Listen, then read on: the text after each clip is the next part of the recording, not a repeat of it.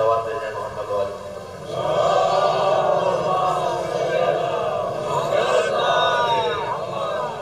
اعوذ باللہ من الشیطان اللعین الرجیم، بسم اللہ الرحمن الرحیم، الحمد للہ رب العالمین، والصلاة والسلام على سید الانبیاء والمرسلین، سیدنا و نبینا و شفیعنا ابی القاسم محمد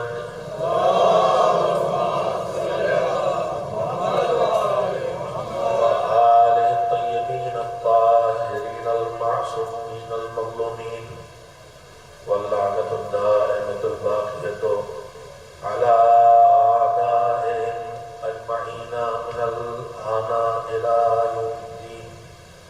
أما بعد، فقال رسول الله صلى الله عليه وآله وسلم: إن لقتل الحسين حرارة في قلوب المؤمنين لا تبرد ابدا۔ صلوات بھیجیں محمد و آل محمد۔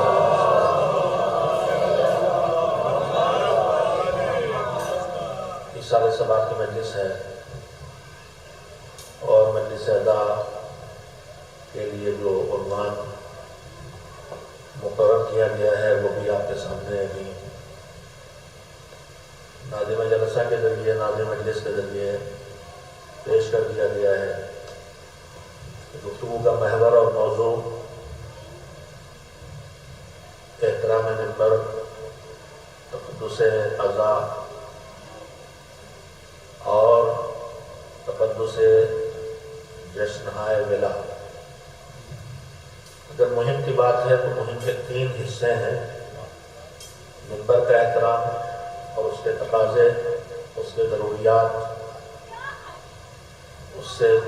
اس کے فرائض۔ دوسرا حصہ ہے عزاداری کی عظمت، اس کا تقدس اور اس سے مربوط ہماری ذمہ داریاں، اور اس سے پروردگار عالم نے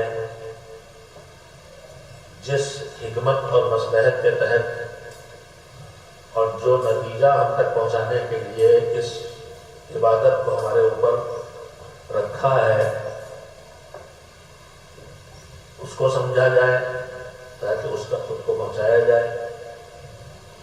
اس مہم کا تیسرا حصہ یہ ہے کہ معصومین علیہ السلام کے ارشادات میں بکثرت یہ وارد ہوا ہے کہ شیعتنا من فاضل دینتنا، ہمارے شیعہ ہماری دینت کے بچے ہوئے حصے سے ہیں، لہذا اس کے نتائج میں سے 2 نتیجے یہ بھی ہیں کہ یفرحون لفرحنا ویحزنون لحزننا، چونکہ ہمارے ہی بچے ہوئے حصے سے ہیں لہذا ہماری خوشی میں یہ خوش ہوتے ہیں اور ہمارے حزن و ملال اور غم و اندوہ کے مواقع پر یہ بھی غمزدہ ہو جاتے ہیں۔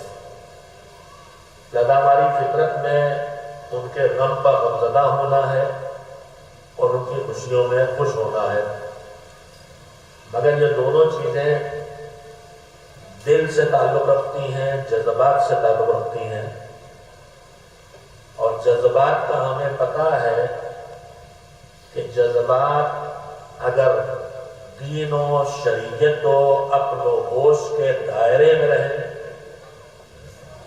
تو اس سے عباس وجود میں آتے ہیں، اور اگر یہی جذبات بے قابو ہو جائیں، دین و شریعت کی حدیں توڑ دیں، تو پھر یہ انسان کو کہاں لے جاتے ہیں اس کا اندازہ نہیں لگایا جا سکتا۔ موضوع تفصیلی گفتگو کا محتاج ہے، لیکن منبر پر میں جب بیٹھا ہوں تو ایک اضطراب اور ایک بے چینی کے ساتھ بیٹھا ہوں۔ کیوں؟ آپ کو بھی اس کا اندازہ ہے۔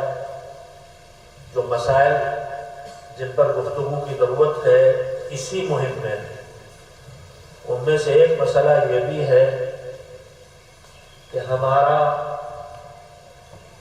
دین اور ہمارا مذہب اللہ کا ڈیزائن کیا ہوا ہے اور اس میں کوئی چیز کسی چیز سے ٹکرائے اس کی گنجائش نہیں ہے۔ اگر کہیں ٹکراؤ آتا ہے تو وہ ہماری ناسمجھی، بے توجہی، کوتاہی کا نتیجہ ہوتا ہے۔ پروردگار عالم نے ہمارے اوپر دو طرح کے فرائض اور مستحبات رکھے ہیں۔ کچھ وہ ہیں کہ جن کا وقت بھی اس نے معین کر دیا ہے اور کچھ وہ ہیں کہ جن کا وقت معین نہیں کیا ہے، جب چاہو تب انجام دو۔ انہی میں سے ایک فریضے کا نام نماز ہے۔ پنجگانہ نماز کا وقت معین ہے، اور دوسری طرف جو ہماری شریعت نے ہماری حفاظت کے لیے ہمیں ذریعہ دیا ہے وہ ہے عزاداری، مجلس، ماتم، جلوس، نوحہ، مرثیہ۔ یہ ساری چیزیں ہماری حفاظت کے لیے آئی ہیں، مگر عزاداری کا اس کی طرف سے کوئی وقت معین نہیں ہے۔ حالات بدلتے ہیں، جب حالات بدلیں تو شریعت نے قیامت تک قابل عمل رہے شریعت گنجائشیں چھوڑ دیں۔ کبھی کبھی ہم ان گنجائشوں کی طرف سے بے توجہ ہو کے شریعت کو ناقابل عمل سمجھنے لگتے ہیں، جبکہ وہ ہماری کوتاہی ہوتی ہے، ہماری کوتاہ نظری ہوتی ہے۔ میں کہنا یہ چاہتا ہوں کہ اس وقت جن حالات پہ توجہ دینے کی ضرورت ہے، جس مہم سے جڑے ہوئے ہیں، ان میں سے ایک مسئلہ یہ بھی ہے کہ ہم سب جانتے ہیں کہ میری عمر 65 سال سے زیادہ ہے، 66 سال ہے۔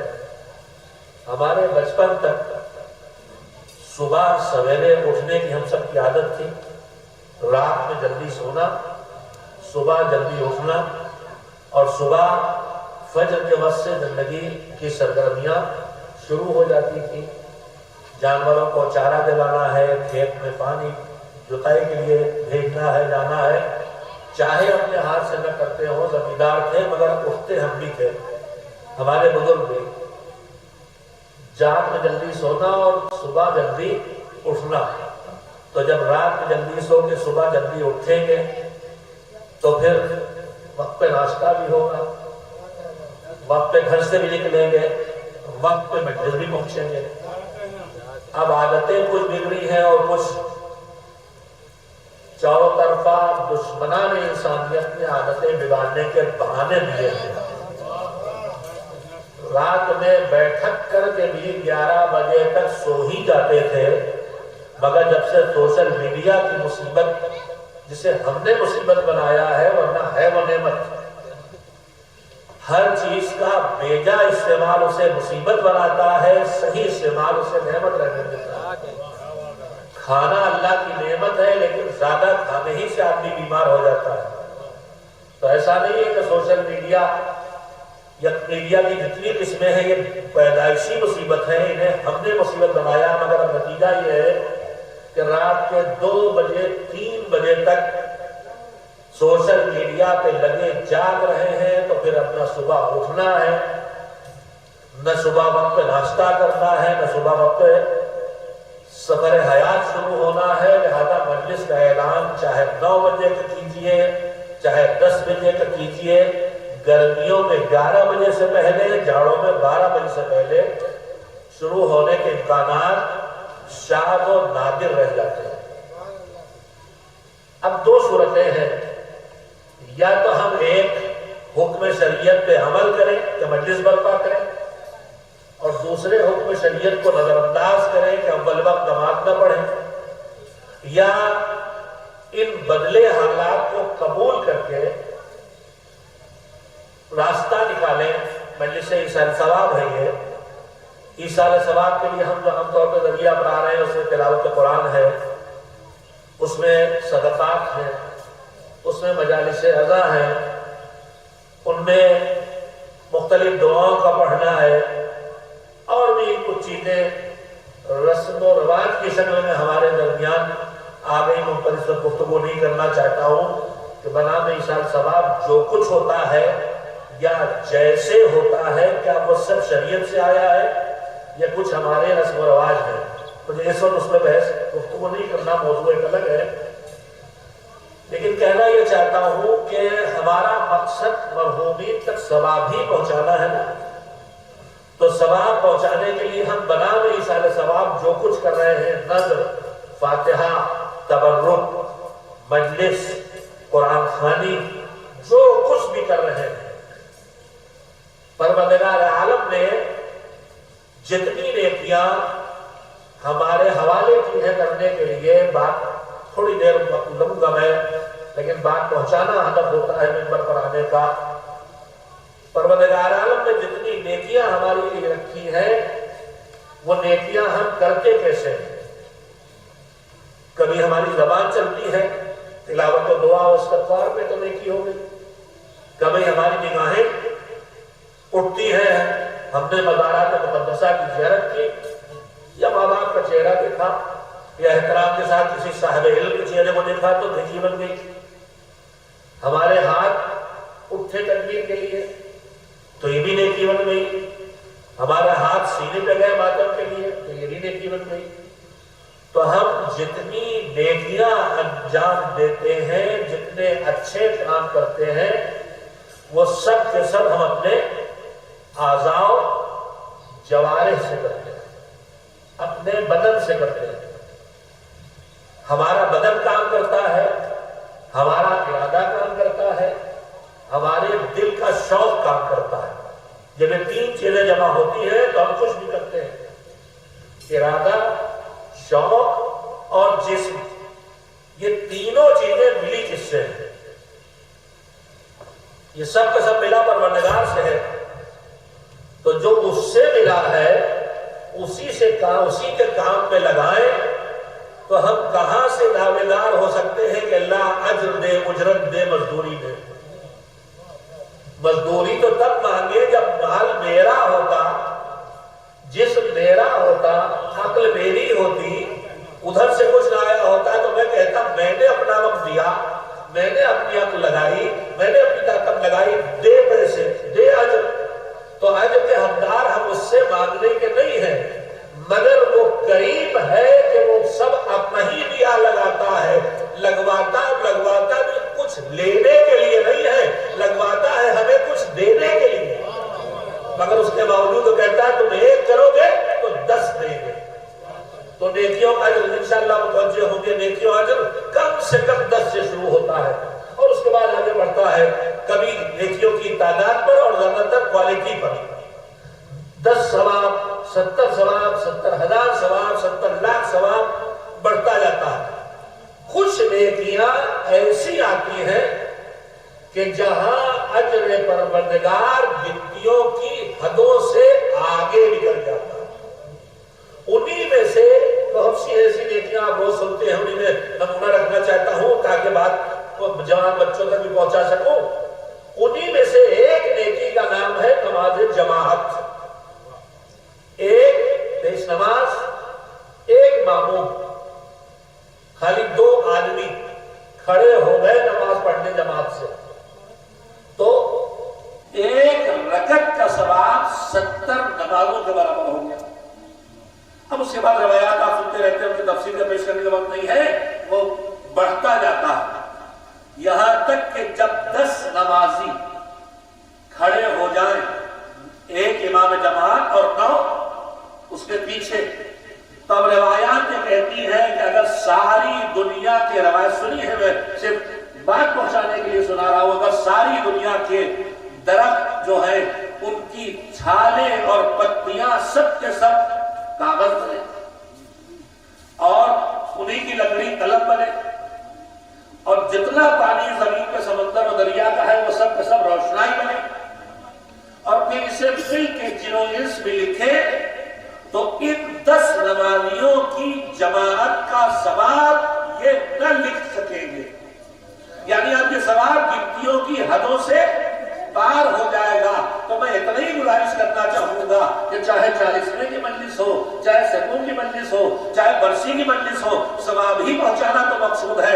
حالات بدلے ہیں، اب نماز سے پہلے ختم نہیں ہو پاتا، تو پھر ایسا کیجیے کہ مجلس شروع ہو گئی، شروع کر دیجیے. جہاں پیشانی رکے، جہاں سوزانی ہو، جہاں سلام ہو، وقت نماز آئے تو اٹھ کے چلیے. آپ پہ نماز واجب ہے لیکن آپ پہ جماعت سے پڑھنا واجب نہیں ہے. آدمی واجب عمل کے اجر کو کسی اور کو ہدیہ نہیں کر سکتا لیکن مستحب عمل کے اجر کو ہدیہ کر سکتا ہے. لہذا اگر ہم جماعت میں جا کے کھڑے ہو جائیں اس نیت سے کہ اس جماعت کا ثواب ہم اس مرحوم کے حوالے کریں گے کہ جس کے اشارے ثواب کی مجلس ہے، تو آپ نے جتنی نیکیاں کی ہیں، قرآن پڑھا محدود ثواب لے کے آیا، نظر کی محدود ثواب لے کے آیا، فاتحہ کیا محدود ثواب لے کے آیا. لیکن نماز جماعت کو اگر آپ نے اشارے ثواب کے درمیان میں شامل کر دیا تو یہ لامحدود ثواب لے کے آئے گا. مجلس بھی اپنے وقت ہوتی رہے گی، نماز بھی اپنے وقت ہو جائے گی.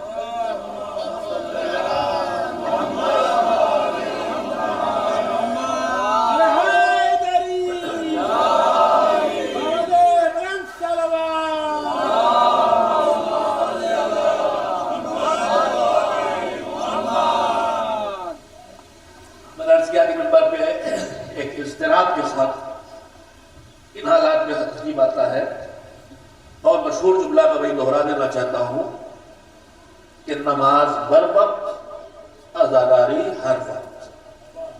اللہ نے عزاداری کا کوئی وقت معین ہی نہیں کیا. نماز کے 3 وقت ہیں. پہلا وقت ہے اول وقت، زوال کے فوراً بعد. اس کے بعد وہ تو 5، 7، 8، 10 منٹ میں ختم ہو جاتا ہے. کتنا اول وقت کہلاتا ہے نماز جمعہ میں جو آیت اللہ العظمیٰ سیستانی نے اپنے فتوے کی صراحت کر دی، اس سے معلوم ہو جاتا ہے جمعے کے سلسلے میں کیا کہا کہ زوال کے 7-8 منٹ کے اندر اندر شروع ہو جائے. اور حکم یہ ہے کہ اول زوال پر نماز جمعہ. تو دونوں فتوے ملا لیجیے تو نتیجہ نکلتا ہے کہ ان کی نگاہ میں اول وقت مطلب ہے 7-8 منٹ کے اندر. اب اس کے بعد وقت فضیلت شروع ہوتا ہے. اول وقت کے ساتھ وقت فضیلت بھی شروع ہو جاتا ہے لیکن اول وقت ختم ہو جاتا ہے. اب وقت فضیلت آتا ہے. وقت فضیلت جو آئے گا تو اب یہ ہر نماز کا موسموں کے بدلنے کے لحاظ سے ٹائمنگ چینج ہوتی ہے. چھوٹے دنوں میں وقت فضیلت ظہر جو پیمانہ شریعت ہے وہ تو یہ ہے کہ جو یہ مثلا یہ کھمبے کھڑے ہیں، سورج نکلے، درخت ہے، کھمبے ہیں، کوئی بھی چیز جو سیدھی کھڑی ہے، جب سورج نکلے گا پورب سے تو پچھم کی طرف بہت لمبا سایہ جائے گا اس کا. پھر یہ دھیرے دھیرے گھٹے گا، جتنا سورج اونچا ہوگا گھٹے گا. ہمارے ملک میں گھٹتا نہیں ہے، گھٹ کے پھر بڑھنا شروع ہوتا ہے. جیسے ہی بڑھنا شروع ہوگا یہ نماز ظہر کا اول وقت ہے. اب اس کے بعد یہ جو سایہ ہے، جب جس چیز کا سایہ ہے مثلا اس کا 2/60 2/7 حصے کیے جائیں تو 2 حصے لمبا ہو جائے سایہ تو یہ فضیلت ظہر کا وقت ختم ہوا. 4 حصے لمبا ہو جائے تو فضیلت عصر کا وقت ختم ہوا، جسے علماء نے اور سائنسدانوں نے مل کے گھڑی سے جوڑ کے آپ کی سہولت پیدا کر دی ہے. آج کل اپلیکیشن موجود ہیں، ان میں جا دیکھ لیجیے کہ آج کل مثلا فضیلت ظہر کا لمبے دن میں 1.25 گھنٹے 1.5 گھنٹے تک فضیلت کا وقت باقی رہتا ہے. یہیں پہ ایک مسئلہ اور بھی ہے کہ اگر ہمارے یہاں مثلا امید ہے کہ ابھی مولانا آئیں گے، پہنچیں گے، اذان ہو گئی، اول وقت ہو گیا. ہمارے اکثر ہوتا ہے کہ مغرب کی نماز میں اذان ہوئی، مولانا 2-3 منٹ اگر لیٹ ہوئے تو لوگ فرادہ شروع ہو جاتے ہیں.